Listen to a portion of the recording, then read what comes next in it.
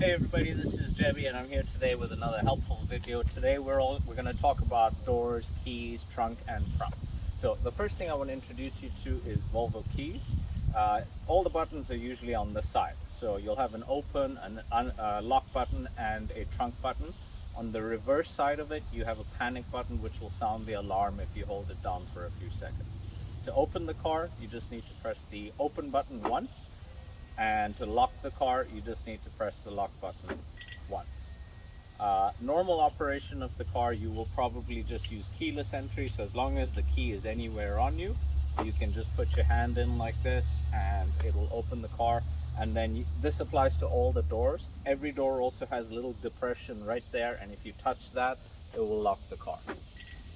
So on gas-powered cars, if the car is locked, then this fuel bay will be locked as well. This is an electric car, so you have the electric port that's here. If you have the key on you, you'll be able to open this, but if you don't have a key on you, you will not be able to open this and pull out the cable at the same time. Other thing I want to show you is that the keys can be used to drop all the windows down. So if you hold the open button down for 3 seconds, it will actually drop all the windows down. And so it's a great way of venting heat just in case you have to leave in a real hurry and you weren't able to use your Volvo Cars app. And to do the opposite of that, just hold the lock button down for a few seconds and it's going to bring all the windows up. So next I'd like to show you how to operate your trunk. You have your key with you and there's a trunk button on it. If you press it once, so the car needs to be locked for this, if you just press it once, it will unlock the trunk, but it will not lift up the lift gate, and in a few seconds time if you leave it, it will actually lock it automatically. So that's once now, and so that opened it. If you want to lift up the whole lift gate, hold down the trunk button for a few seconds. It will also do the same thing in reverse, so hold it for a few seconds and it will close it. More likely your key will be in your pocket, so there is a handle that's under the L. If you just lightly pull on that handle like this, it will open it. And if you want to manually close it, there are 2 buttons here. The one on the left will just close the trunk but leave the locks unlocked, and the one on the right will close the trunk and lock the locks as well. You can also set the height of this lift gate by pulling it to the height that you want it to be at, then hold the button on the left for a few seconds till you hear the beeps. That is now the new height. So if I now close it, you'll see that it will do the same thing. So now if I open this up, it's at the height that I set it. And I can put it back there, hold it for a few seconds, and that's how you set the lift gate. Now there is a foot activated lift gate on some cars. The way you would know it is usually there's a sticker somewhere up here, and if it's not there, try it out. Otherwise look for the sensor underneath where that paper is. It's about as wide as that, directly under the V. The biggest mistake that I see people making is they try to do a sweep with their foot.